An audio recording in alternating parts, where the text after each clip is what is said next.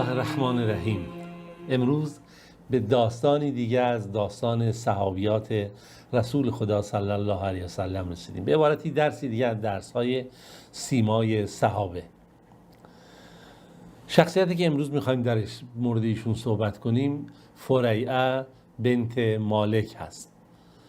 بله، ایشون هم جزو همون صحابیات و یاران رسول خدا صلی الله علیه و سلم هست که خداوند خوشبختی دنیا و آخرت رو براشون فراهم کرده. اینها تونستن از دوستی و محبت پیامبر، از همراهی با پیامبر، از نصرت یاری پیامبر صلی الله علیه و سلم در دنیا بهره مند بشن و به اون عهد و پیمانی که با ایشون بسته بودن وفادار بمونن و طبیعتاً هم در بهشت بهترین ها نصیبشون شده.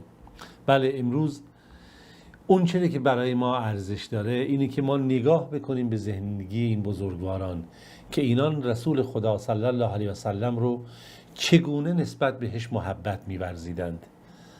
نه فقط در الفاظ، نه فقط در عصبیت ها و فریاد ها، بلکه در التزام به دستور رسول خدا صلی الله علیه و سلم، در پایبندی به شریعت الهی، در اطاعت از خدا و رسول بدون هیچ چون و چرایی. اینها خدا و رسول رو بر هر آنچه که در این دنیا بود ترجیح دادند، آنگونه بندگی کردند و آنگونه زیستند که شایستگی یاری رسول خدا رو به دست آوردند. بله، این صحابی بزرگوار فریعه بنت مالک که امروز میخوایم درش مورد ایشون صحبت بکنیم، شخصیتیه که منسوب هست به قومی که مسلمانان به سوی اون هجرت کردند، یعنی انصاری که دیگران رو بر خودشون، یعنی مهاجران رو بر خودشون ترجیح دادن، اگرچه خودشون برخیشون در سختی و مشکلات بودن، ولی اینها اهل مدینه منوره بودن، کسی که پیامبر خدا صلی الله علیه و سلم و یارانش با قلبی باز به سوی اونها هجرت کردند و سرزمین اونها رو خداوند برگزید و اونها هم ایمان رو برگزیدند. اونها هم به رستگاری رسیدند همان گونه که مهاجرین به رستگاری رسیدند. اونها مهاجرین رو بر خودشون ترجیح دادند، منازلشون رو محل پذیرایی و استفاده و زندگی مهاجرین قرار دادن انصار، و هر آنچه که در توانشون بود به انصار، به مهاجرین رسیدن تا جایی که در تاریخ بی نمونه هست و بی مثال هست. این از خودگذشتگی و این پذیرایی و ضیافت و کرامتی که انصار نسبت به مهاجرین داشتن و مهاجرین هم همینجوری، مهاجرین هم هرگز فراموش نکردن این فضل انصار رو، این بزرگواری انصار رو، و به خوبی میدونستن که اینها چه کردن و رسول خدا صلی الله علیه و سلم هم این رو میدونست و این همون چیزی هست که در روایات اومده و انس بن مالک رضی الله عنه در مورد اون میگه. انس نقل میکنه، میگه مهاجران رو پیامبر خدا صلی الله علیه و سلم آوردن، کسانی نسل اولیه که با پیامبر در مکه ایمان آوردن و با پیامبر هم به مدینه هجرت کردن. گفتن یا رسول الله، ای رسول خدا، ما هیچ قومی رو آنچنان که این انصار رو، ساکنان مدینه‌ای که ایمان رو آوردن رو ندیدیم که این گونه با وجود این که خودشون در تنگنا هستن به ما نیکی بکنن، به ما بخشش بکنن، ما رو یاری بکنن، ما رو در شغلشون، در کارشون، در کشاورزیشون، زندگیشون شریک بکنن، تا جایی که ما ترسیدیم بابا ما هرچی میخوایم پاداش ببریم نزد خدا مبادا اونها کسب بکنن. به سبب این هم که اونها به ما رسیدن. رسول خدا صلی الله علیه و سلم بله فرمود که کلا ما اثنیتم علیه و دعوتم لله عز وجل. اینجوری هم نیست که اونا همه چی رو بالاخره برده باشن، شما هم از اون بهره مند میشید و درسته که اون چیزی که شما تعریف میکنید در مورد اینها این یک واقعیته، اما شما برای از خداوند عز وجل برای اونها دعای خیر بکنید. این نشون دهنده این موقعیتی هست که انصار داشتن. به راستی که لحظه زیباییه، کسانی بتونن مهاجرانی رو که در راه بندگی خدا، در راه اطاعت از رسول خدا، در راه صداقت و پاکی، در راه توحید از خونه و کاشانه و زندگیشون هجرت کردن، کسی بتونه اینها رو حمایت کنه، اینها رو تحت پوشش قرار بده، اینها رو یاری کنه، نگذاره بر اینها غربت و تنهایی و تنگ دستی و اینها تحمیل بشه و این فضلی بود که یاران رسول خدا انصار در مدینه شامل حالشون بود. و واقعا این چنین هست که خداوند هم بهترین پاداش رو به انصار داد و بهترین خیر و نیکی و بزرگواری رو نصیب اونها کرد و همان گونه که اجر و پاداش رو خدا برای مهاجرین قرار داد تا قیامت و تعریف و بزرگ داشت، از انصار هم خدا این کار رو براشون انجام داد. و سابقون الاولون من المهاجرین و الانصار، این کنار هم قرار گرفتن و این دعای خیر و رحمتی که خدا شامل اونها کرده. خب امروز میخوایم وارد داستان این صحابیه بزرگوار، این بانوی بزرگوار، این یار رسول خدا صلی الله علیه و سلم بشیم که از انصار هست، از انصار مدینه، یکی از خانه های سرشار از مبارک و خیر مدینه، تا ببینیم این مهمان ما، این قهرمان ما و این شخصیت داستان ما چگونه هست. اول ببینیم ایشون رو شناسایی کنیم از نظر اصل و نسب کی است. ایشون در خانه بنی حارث ابن خزرج هست. بله، این صحابی امروز ما در واقع از قبیله بنی حارث ابن خزرج هست. اسم ایشون فریعه، خوب دقت کنید، فریعه بنت مالک ابن سنان انصاری خدری، این اصل نسب ایشونه. فریعه بنت مالک ابن سنان انصاری خدری هست.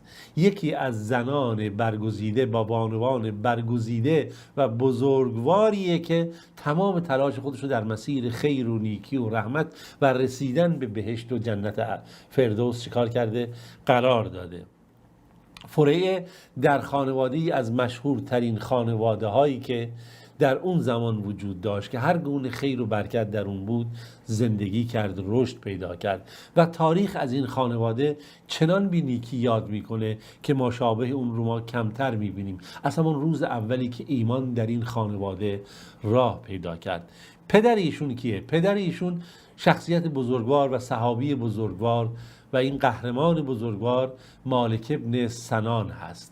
مالک ابن سنان ابن عبید انصاری خزرجی خدری پدر ایشون هست. این صحابی بزرگواری که به بشارت به جنت نائل اومد، که پیامبر خدا صلی الله علیه و سلم و حبیب خدا صلی الله علیه و سلم در مورد ایشون میگه هر کسی که میخواد، و من اراد ان ينظر الی رجل من اهل الجنه، هر کی میخواد به مردی یا شخصیتی اصلا انسانی از اهل بهشت نگاه بکنه، فلینظر الی هذا، باید به این نگاه کنه، به مالک ابن سنان. و اشاره الی مالک ابن سنان که پیامبر اشاره کرد به یاران خودش، اگر میخواید به یک انسان بهشتی نگاه بکنید به این نگاه کنید، به مالک ابن سنان. مالک ابن سنان که پدر فریعه، بانوی بزرگواری که امروز ما میخوایم در مورد ایشون صحبت بکنیم. ببینیم برادر بزرگوار ایشون کیه، برادر تنیش ایشون کیه، برادر که از یک مادر هستن.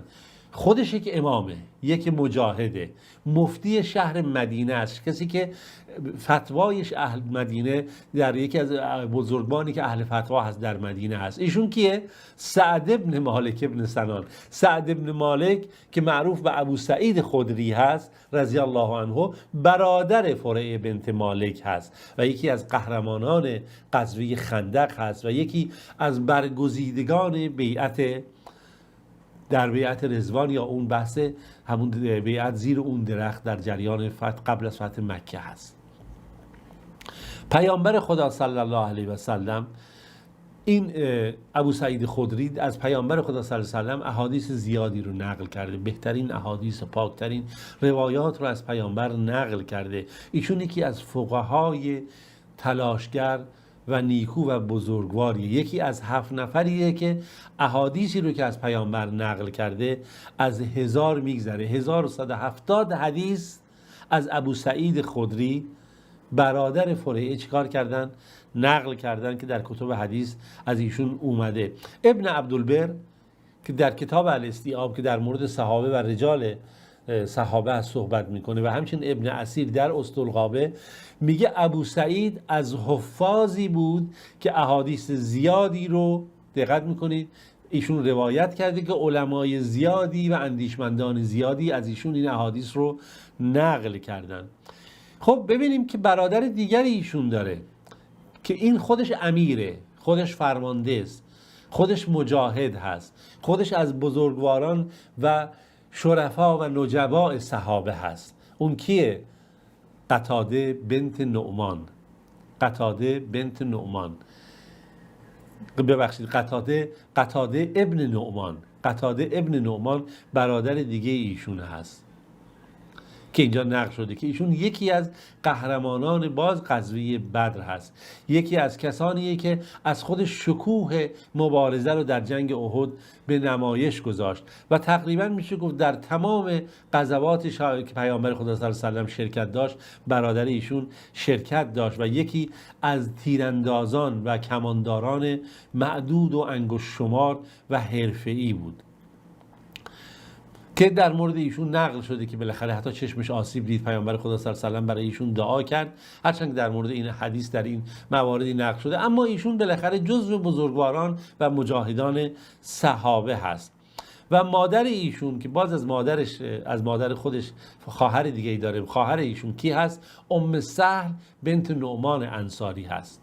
دقت کنید، ام سهل بنت نعمان انصاریه که ایشون هم مسلمان شد، ایشون هم با پیامبر خدا بیعت کرد. پس ما میبینیم یک خانواده سرشار از خیر و برکت و رحمت و فریعه بنت مالک، این بانوی بزرگوار و این قهرمان داستان ما، در این خانواده رشد کرده، تربیت پیدا کرده و شکل گرفته و جز برگزیدگان جهان اسلام و بشریت شده. خب با ما همراه باشید، در جلسه بعد ادامه داستان فریعه بنت مالک رو ما خدمت شما عزیزان ارائه خواهیم داد. تا جلسه بعد، خداوند یار و نگهدارتون.